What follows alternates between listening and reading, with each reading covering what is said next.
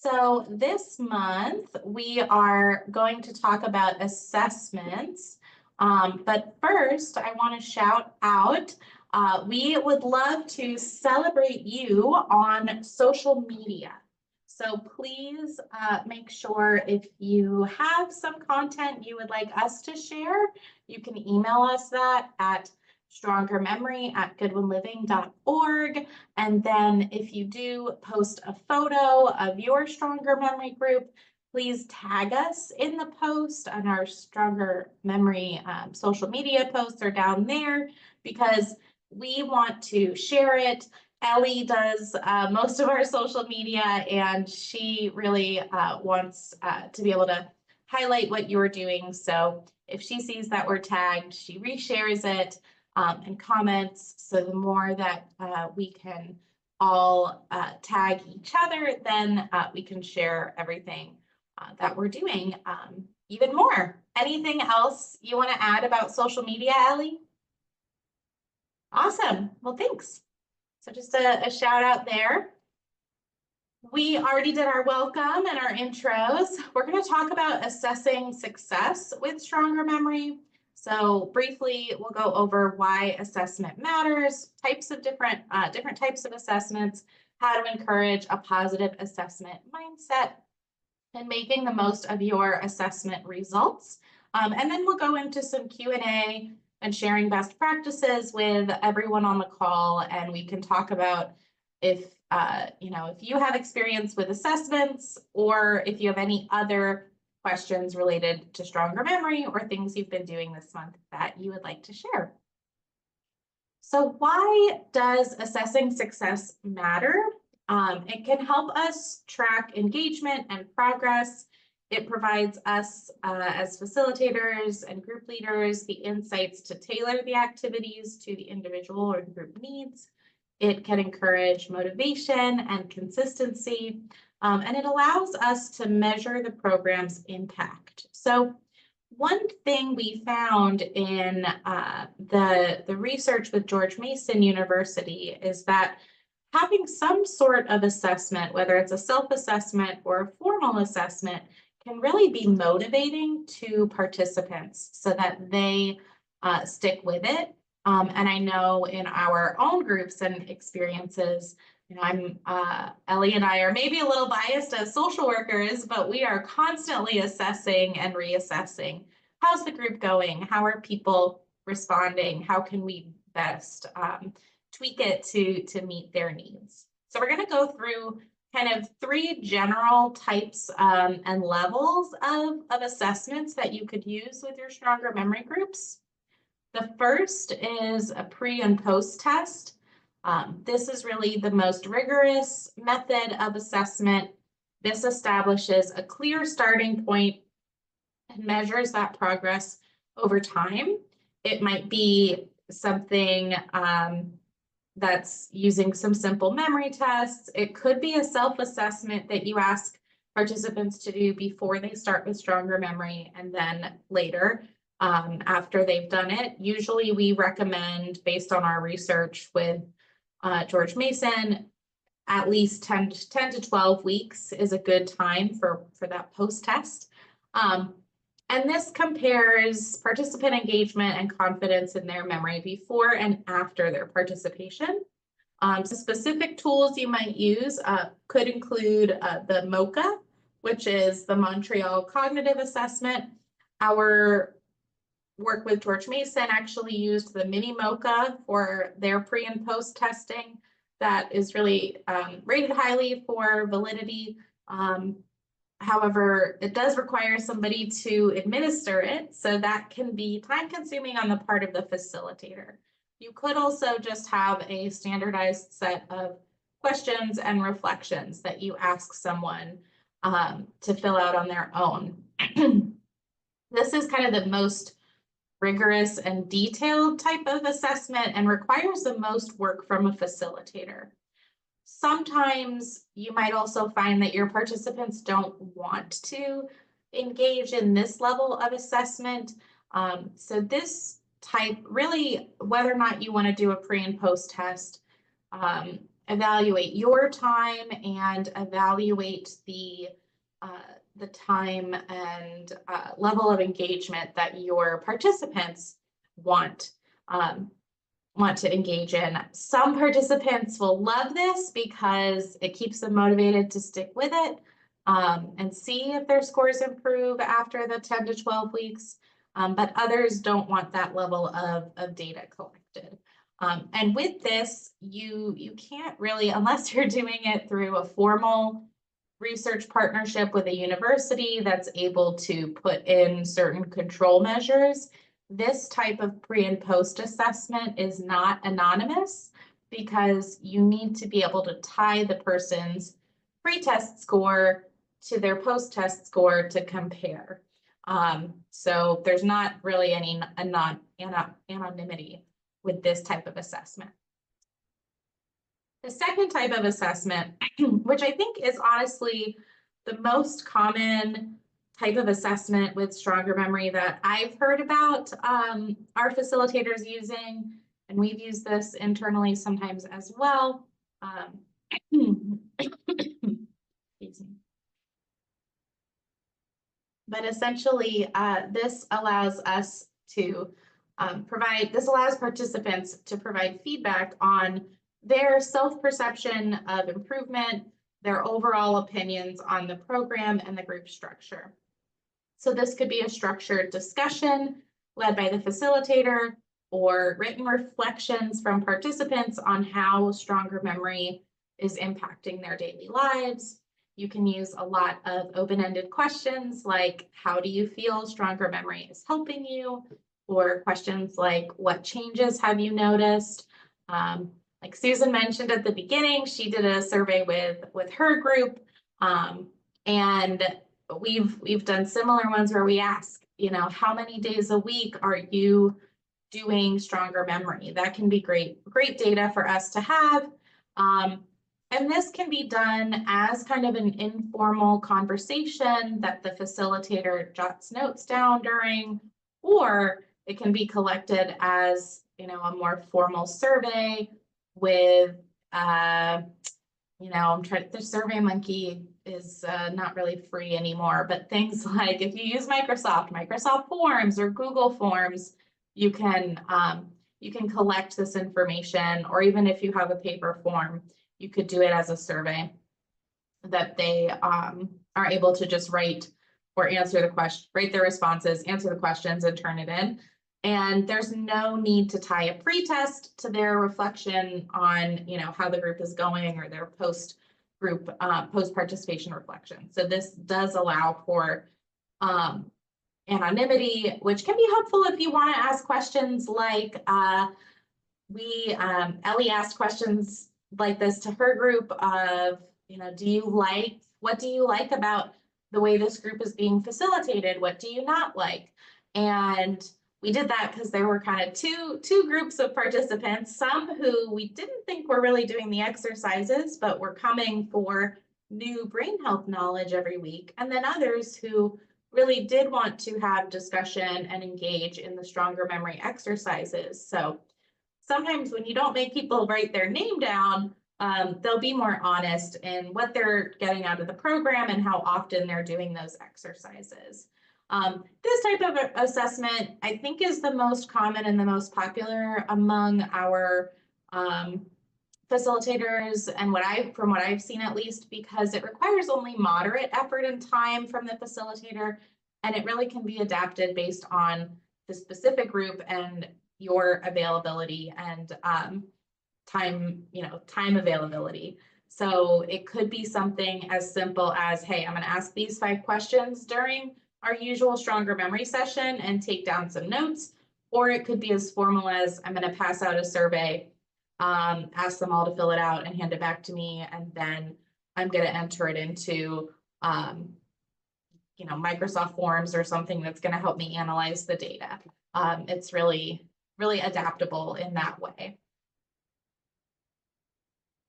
And then the last type of assessment is really just participant self-monitoring. So this is when we encourage individuals to track their own engagement and progress You can provide simple logs or checklists to help them recognize, are they making progress? And it can also be kind of informal of us as facilitators prompting them to think about progress during group sessions. Let's check in at the beginning of each session. Is there something you've noticed about your memory or your thinking since you've been doing this? We do have that we can upload to the Facebook group a simple 5-question self-assessment and some recommended pages of the math to for participants to just fill that self-assessment out, do those math pages and time yourself, and then revisit it later in 10 weeks. Do you notice anything different when you answer those questions? Are you doing the math a little bit more quickly?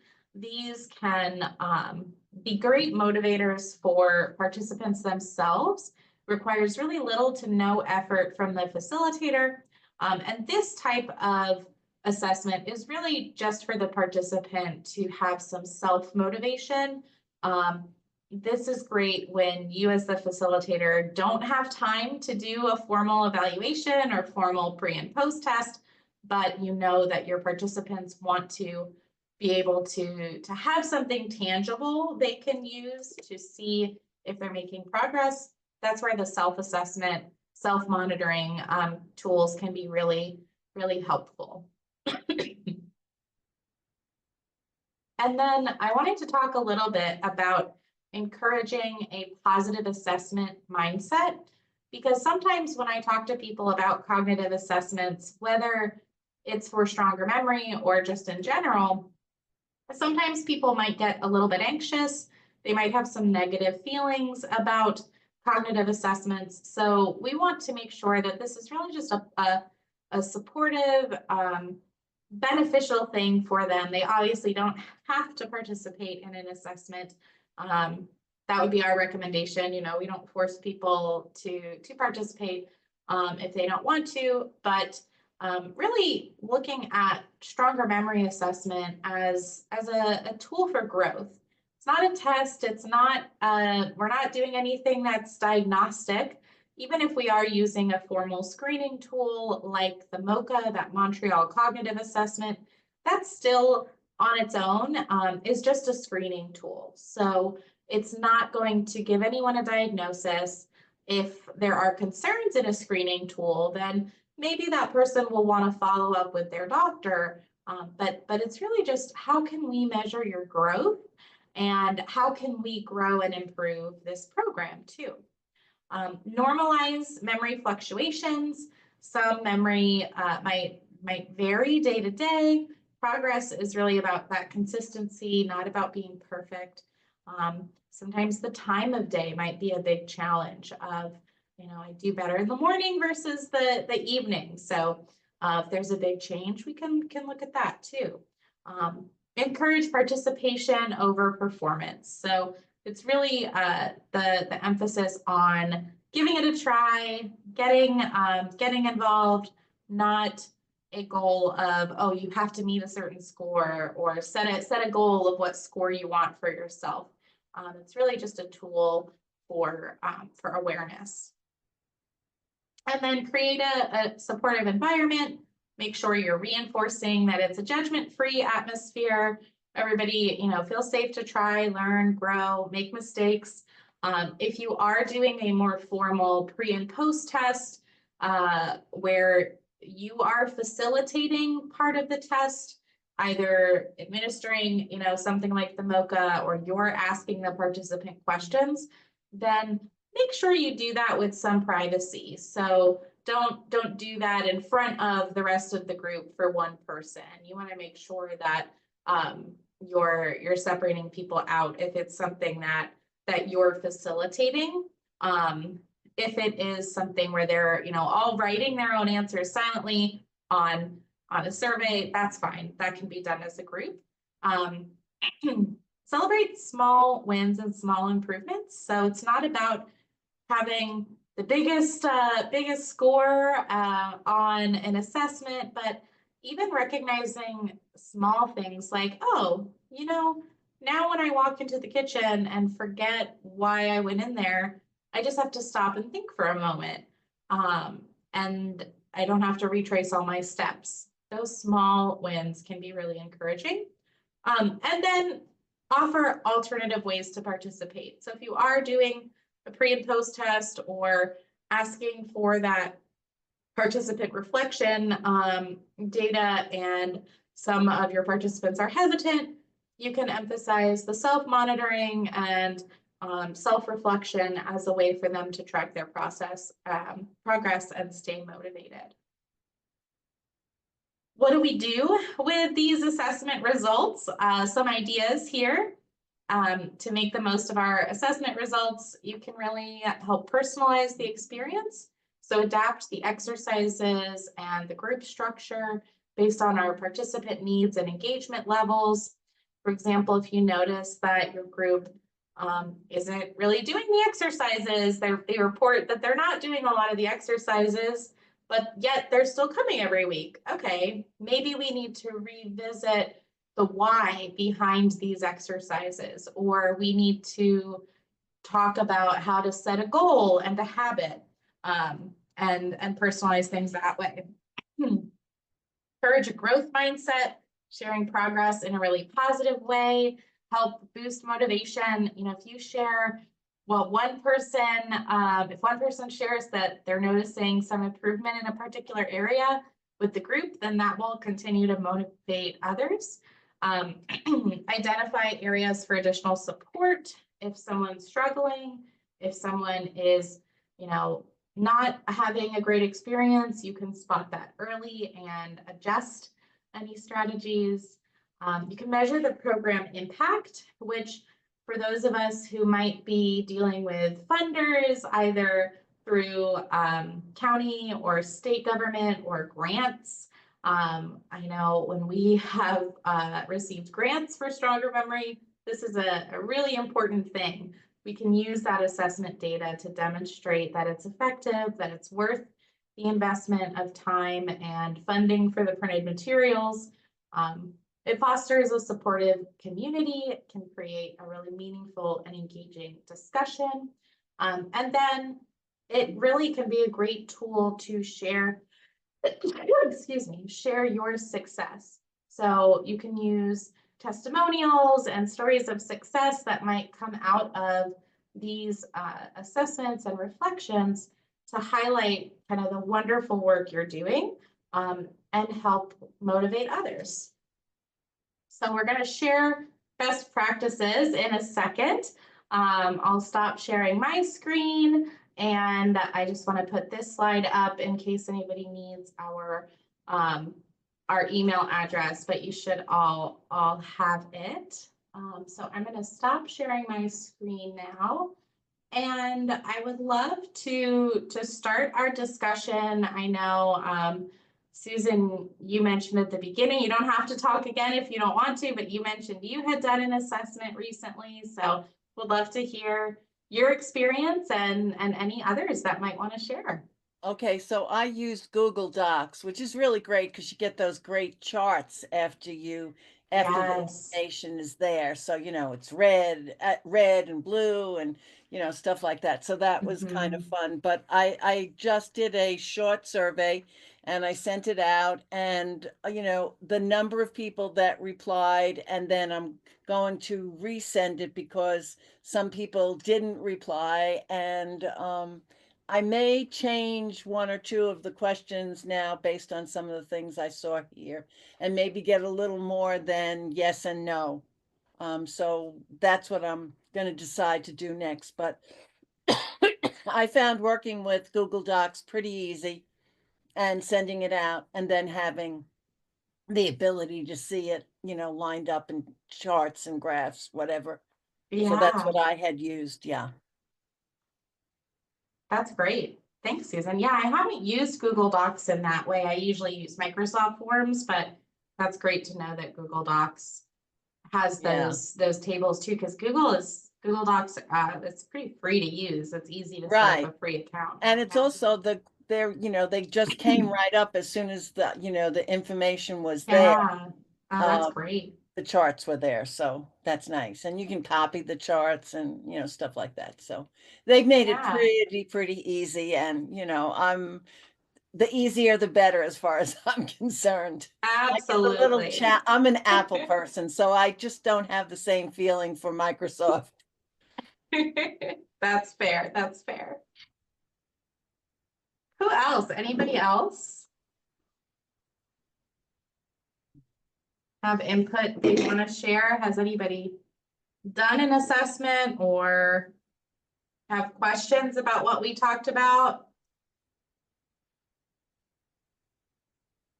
Is there anybody else here? I know we've got a lot of people. There we go, Diane. Okay. It's about finding the mute button, unmute yourself and getting you on video again. Yes. My group, I mentioned we had the core group that had gone since 22. We've had 6 new people coming up in recent times. I was holding off until I got a certain number to form a new group, and it seemed like I never was getting the number. So they've sort of meshed in between. So it was interesting to hear the older participants talk to the newer ones about how they should look at things. And I haven't done anything formally in written. It's more hearsay and having people talk about themselves. But I find it interesting that a lot of times where the self-assessment is concerned, people have an idea of what they expect, but they sometimes don't recognize the small things that other people say. Yeah. So having people in the group say that when somebody says, well, I'm not sure I'm seeing much of a difference, and somebody says, well, you're speaking a little bit louder, you're enunciating your words a little bit more clearly. You don't seem to be quite as shy about, talking and participating. And, hearing it from the other people seems to have a more of an impact than hearing it from the facilitator, so to speak. So, but I think I am going to get some survey questions going and let them answer. I am, and during the slide presentation, Jessica, I do recognize that there's a couple people that would benefit, but either are not coming consistently or not doing the work. And I think it might be that part of the reason might be because of memory issues or not planning things a lot, that it's sort of the stronger memory activities are sort of going down to the bottom of the wayside in terms of Yeah. importance, a day-to-day kind of thing. So I'm sort of curious about any recommendations for that. I've even mentioned about coming in, so many days a week, or at least on the one day when we have our gathering, coming in a half hour earlier and doing it with people, anybody, but not having a lot of bites about that. So be interested in any thoughts about how to get people engaged who you feel might be most benefiting the program. And especially hearing the results from George Mason about that just very thing. Right. I know it would be better. That's great. Yeah. I saw May's hand up first, and then I see Matthew and then Christine. Hi, everybody. So I just need to say that, in Health Home, I do some assessments, but unfortunately there was nothing geared towards memory. But I do team with other members of our teams. I have like some of my clients are from our adult day health program, so they work with our OTA, and she does MOCAs 3 times a year.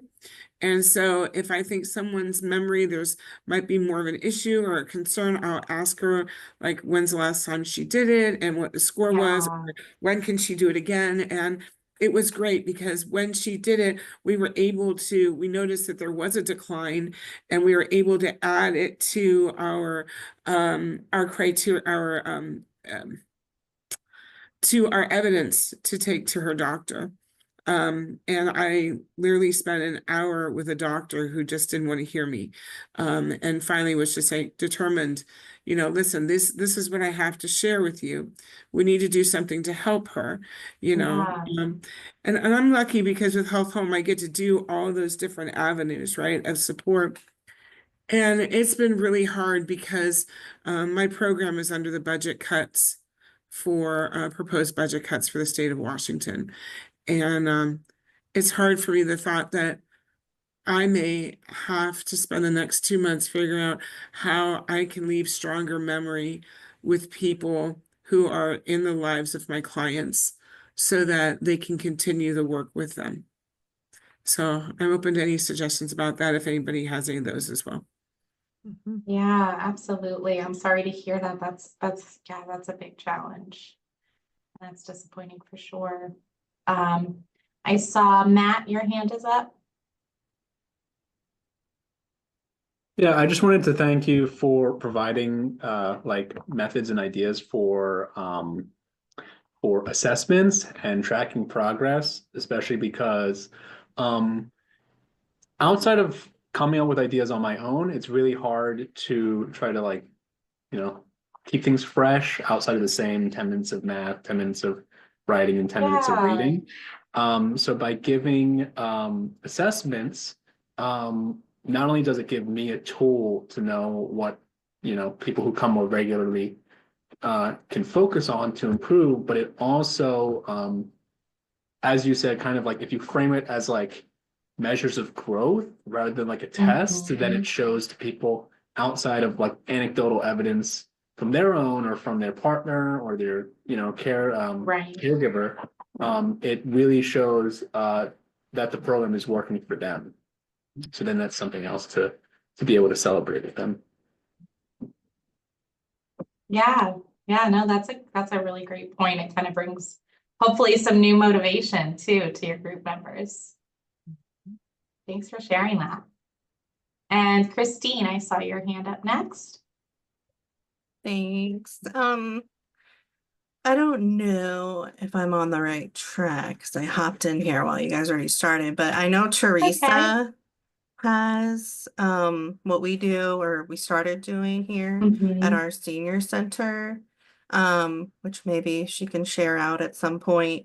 So everyone has access, like we're doing a pre and a post, and our center director, Rania, created it, which we're gonna try, to administer. So, and also for, I think some people are asking about, aside from the math and things like that, we've printed out short stories, which has helped. Oh, that's a great idea. Yeah, we told them chicken soup for the soul, because all those are short stories. There's some kind of, I'm sure you can Google it, but like 2-digit or like 1-digit math pages from, I think it's like K-12 learning, or I can't remember off the top of my head. So those are some other like resources out there, and they're all pretty much free. That's great. Thanks, Christine. And Diane, I see your hands up. As I'm hearing the talking and everything, I'm thinking back to the time when Rob had talked about his mom seeming to decline, and she herself expressing that.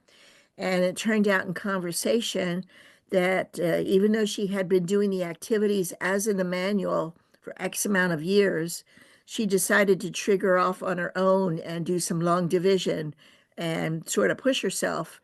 And when she did that, actually things went a little bit downhill. They spiraled a little downhill. And I think for those who are relatively new, that reason for that happening might be a good thing to mention as to why that occurs. So I leave it to you guys. Yeah, absolutely. That's a great point. There's definitely a reason why we have the simple math, because more challenging math gets at a different area of the brain, and it also can cause some anxiety, which then we're not really doing the same thing as stronger memory if we're trying to learn new, more challenging math. So that being said, I have worked with a lot of people who, okay, what's easy, simple math to them might be different Generally, I'll recommend, you know, if you're really a math whiz and you want to do more challenging math, then okay, you can do multiplication tables, but my recommendation is, you know, don't go higher than 12 times 12, because then we're really into different, different parts of the brain that aren't going to be as beneficial. But yeah, that's a great point. I Yeah, also Susan. just wanted to mention the emails from you guys. I mean, like maybe from yeah. May's groups, if they were getting those emails on a regular basis, it might be a motivation, it might be helpful. Mhm. And also I had mentioned to you that, like, I was thinking if there was a way to organize all of these little emails, because sometimes it's the answer to what you need, but I saw it a long time ago. So I was wondering if there was a way to categorize some of those emails so that you would have them on hand as an answer, like the one about the math and, you know, stuff like that, where you can just use it as a resource, like because you know that somebody's saying the math is too easy, and then you have the explanation there other than going to your facilitator's guide. So it's like a quick reminder, but I wish that they were a little more organized so that when I want to find one, I can find it. Do you understand what I'm saying? Yeah, I hear what you're saying. Yeah, Teresa, I saw you went off mute. Yeah, I was going to say I that was writing that sounds down. like a great intern project to Yeah, me. I would think so. Yeah. Yeah, just first categorized by topic, you know, math Right. versus motivation versus reading aloud. Right, all of our big topics. And also, you know, like when you're getting them on a regular basis, you know, I know people get them and I get them and then I read them and then I say, oh, that's good. But then like I can't find it again. So that's, and I think Right. for like May's group, that kind of like reminder of what's going on could be, you know, really helpful. And I ask people if they want it or if they don't want it. So I think that's important too, because some people just feel overwhelmed by they get too many emails. Right. Great. No, that's a good idea. And I'm thinking too, almost like an FAQ, an extended FAQ. How can Yeah. we sort some of that content? Yeah. Because it's really good, because sometimes it's just the tidbit of information that you need to Right. remind people of something. Yeah. Yeah. No, that's very true. They're well done. Thanks. Although I'm getting bored of some of the people that are in the pictures. I think I you need know. some new ones. I know. We have that set up to rotate through certain pictures. So More yeah. pictures. A little surprise once in a while. Yeah, yeah. No, absolutely. That would be good. I'll share that note with our Marcoms team. I see Michelle is laughing. Yes, yes. She sees those a lot. Okay. Wonderful. Well, what else? Any other questions or feedback? Any thoughts from our you know, any of the things that we've talked about or people asked about? Doesn't have to be related to assessment, could just be anything that you're working on or thinking about, or anything that you would like to see in a future I really would future like to talk. hear about the people, how people would address those who aren't doing the activities or starting not to come because of the cognitive decline. What's the recommendations? Okay. You know, doing some at the sessions, some verbal kinds of things, or what? Any recommendation would be appreciated. On a couple Yeah. of the people, they are living in their own homes and their families are close by, and the families are the ones occasionally prodding to people, don't forget it's Wednesday, you know what's happening on Wednesday, Mhm. kind of thing. But like on my one person actually came in the door and walked right out the other door, you know, didn't say Oh. stay. And it was the other participants that I didn't even see him come in. Okay. But I just would appreciate any kind of cues or activities to help somebody who's inconsistent about the activities or coming. Yeah. It still would No, benefit. That's a great topic idea. I think a few people are probably dealing with that. I know we have had that challenge here too with our participants and have tried to come around it different ways. So I think that would be a great topic. Could be its whole topic to dive into in one of the upcoming months. I'd appreciate that for sure. Absolutely. I've toyed with the idea of actually going to their homes, you know, so many days a week perhaps to go, but Yeah. I can remember and relate to something that my mom, I used to hear, there aren't enough hours in the day.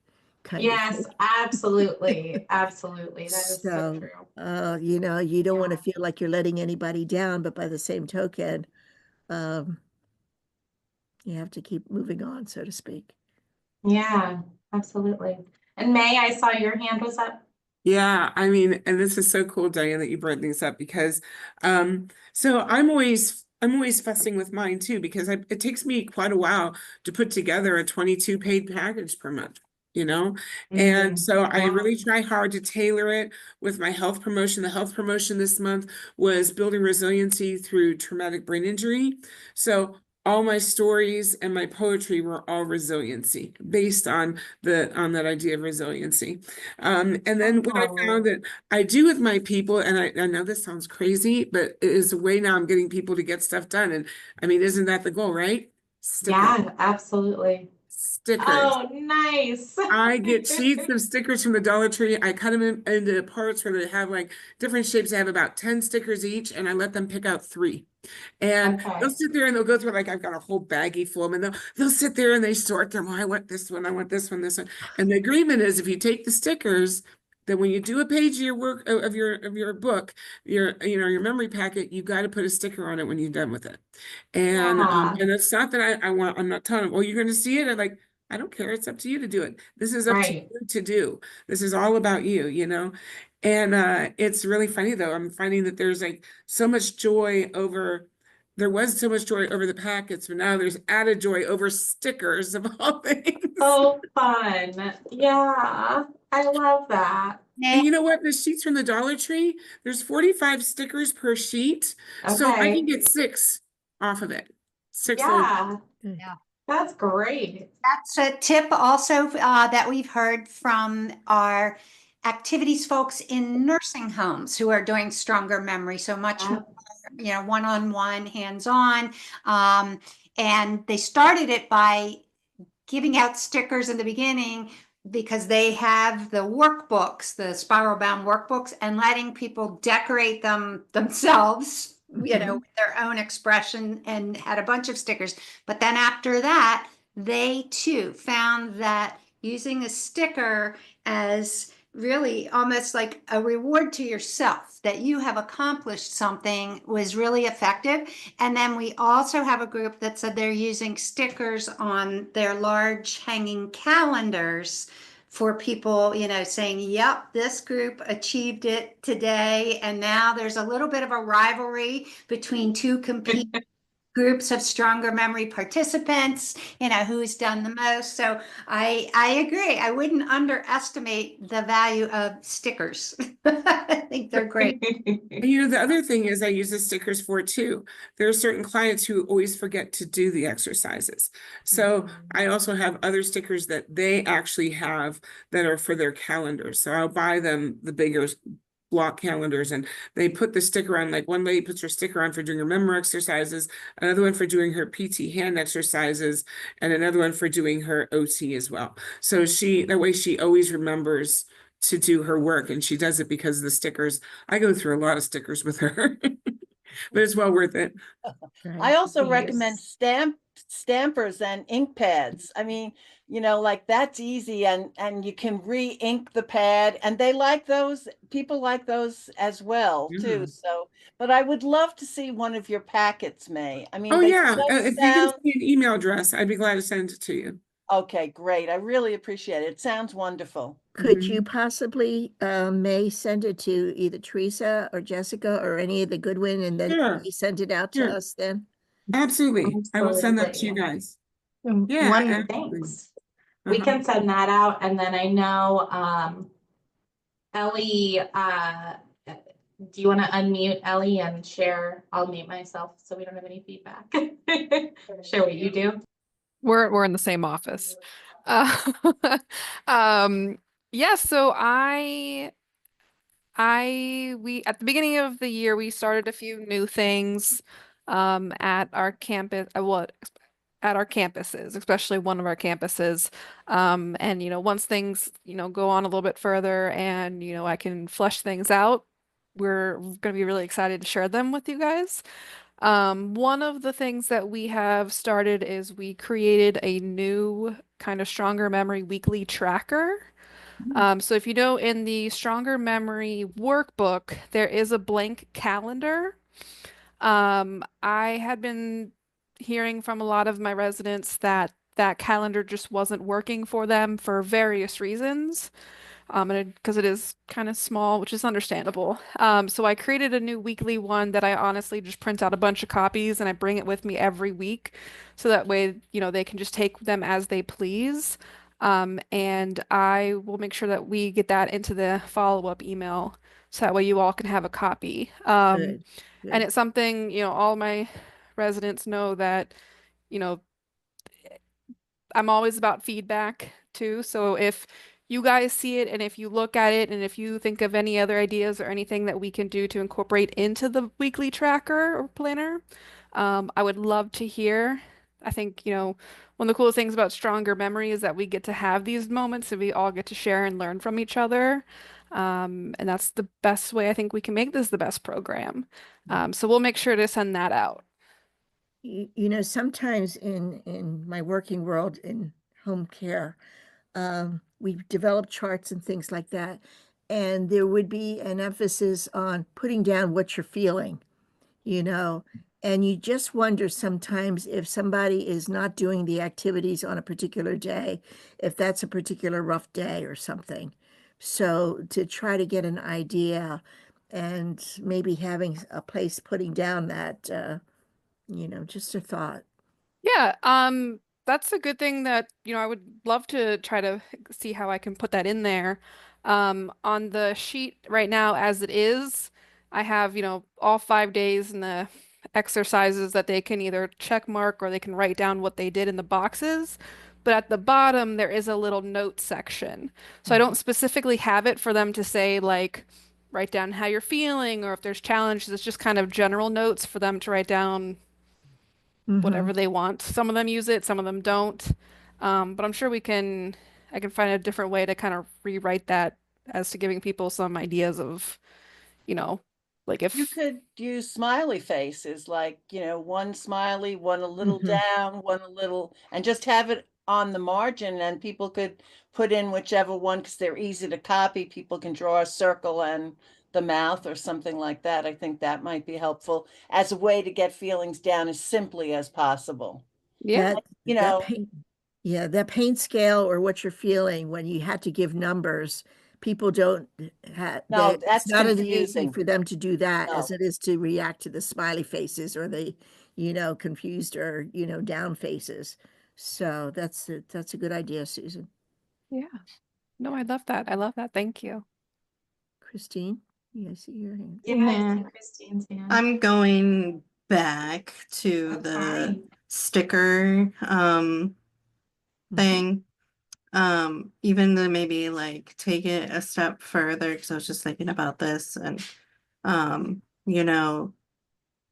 so yes, you give them stickers for doing it, and then like, after so many amount of stickers, you might get like a bigger prize, and then you can also maybe have like a competition between two sites or whatever way, and the loser has to buy everyone pizza. Pizza can be delivered anywhere really, even if it's out of state or whatever. That's But then true. obviously still have a pizza party for your people. But that's just something I thought about. That's really fun. That gets me thinking, and I don't know. I'm not promising anything super soon because this is just a big blue sky thought.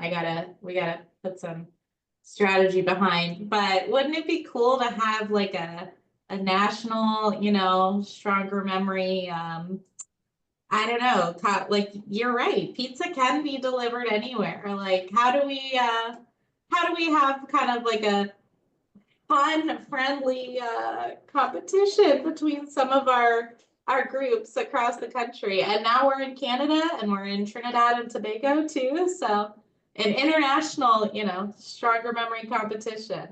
You know, not how do even we do talking that? about competition, just even having identify a certain day. This is a stronger memory day, and perhaps Yeah. having something and then having pictures from all the different places as they're getting together for, you know, on that day. That might be pretty Yeah. cool. Oh, that would be cool too. I love that. Building the network more. We've got these facilitator calls, but yeah, how do we build connections group to group? Yeah, build that network. You know, it's interesting today, my group met today, and the topic sort of varied, but it was interesting incorporating some of the newer people.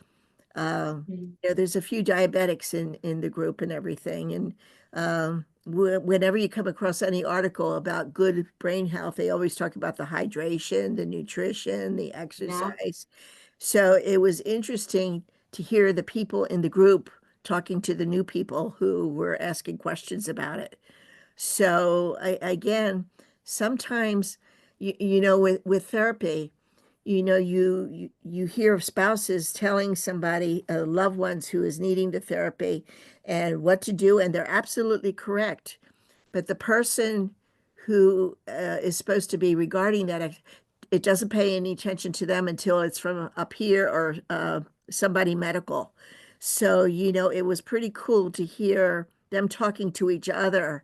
I didn't even have to get into the picture because somebody said something about, well, you know, I heard you're supposed to have whatever your weight is, at least half that in ounces. And somebody else said, yeah, but you have to be careful. You don't drink too much because there's a reason. You know, you want to have things in balance. You don't want to create other problems. Yeah. You got to move to keep everything, motion is lotion. So keep moving a little bit. Somebody said, well, I move too much and that makes me hurting. And then I want to do the over-the-counter medicine. And somebody said, well, you can't do that because if you do the NSAIDs, you're going to mess up your kidneys. If you do this Tylenol, it's the whatever. So, well, I heard our cherries are good, you know, for the inflammation. So it was just really cool to hear them doing the teaching, so to speak, or reminding everybody what was in the recesses or in the file box of their brain, having it come to the forefront and passing it on to everybody else. So I could appreciate you guys at Goodwood Living thinking of all the groups that you've had over the years and how they might be teaching other people about stuff. Yeah. No, that's a really neat idea. Can I say one thing that I just Absolutely. love? So, the one campus or one of the campuses that I do my stronger memory groups at, I have one resident who has been with me since I even first started. I think they were even joining, they might have been joining before, you know, my predecessor. But she is so fascinated with the math portion of the exercises that whenever I'm starting to talk to anybody new or someone who's interested in the Stronger Memory program, and I get to start talking about the math exercises, she immediately just jumps in and gets so excited and just starts like going through everything and talking about the patterns and all this stuff. And yeah, it's so much fun to hear them all talking with each other and educating their peers. Because yeah, I mean, I think you know, they listen to me, but it's different hearing it from a peer and someone who's also, you know, in more of the similar boat as you. That's always, it's so fun because she gets so excited. And I'm just like, if you want to talk about it, I'll give you the spotlight. And even the how you characterize it, you know, people sometimes do say arithmetic, other people say math. He says, no, we're not doing the higher math, you know, we're doing the arithmetic that we had, you know. So recognize the fact that it's basic, and but even if it's basic, they're watching how you're doing it, because if you're getting any idea writing the next question that you think it's going to be 4, 5, 6, and you think the next one's going to be 7 when it's 20, if they're giving the clues. But it's interesting. Math is higher. It's not trigonometry or anything. We're not doing trigonometry. Thank goodness. Sure. Or geometry. Yeah. Interesting. Yeah. Yeah, thank goodness. I actually had a whole conversation with my cousin this weekend. He's a math teacher, and I was up in New Jersey, hanging out with their babies, and yeah, nobody needs trigonometry, but we do need statistics. So. Yes. Well, this has been such a wonderful talk. I know we're right at time at our 4 o'clock stopping point, so we'll end here for today, but I'm really excited about all of this. I know we did create that Facebook group for facilitators. Huge thank you to Ellie for setting that up. I am working on getting some documents uploaded there, but that is going to become a space. If you do have Facebook, we'll send that link out again with the minutes, but it's a place where just facilitators can share insights and documents and things that you might be using. So we're trying to figure out what will be the best, the best hub for that information. I can't take Thanks. credit for Facebook entirely because Michelle has been a big help too. Good teamwork, it sounds like. Yes, Teamwork. great teamwork. We got a great team. Wonderful. Well, thank you so much. Enjoy the warm weather if you have it. I know it's been warm here on the East Coast.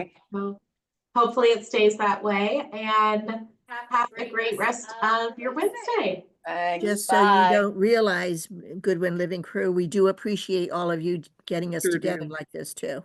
Oh, Thank thank you. you. I Okay. love it. It's one of my favorite times of the month.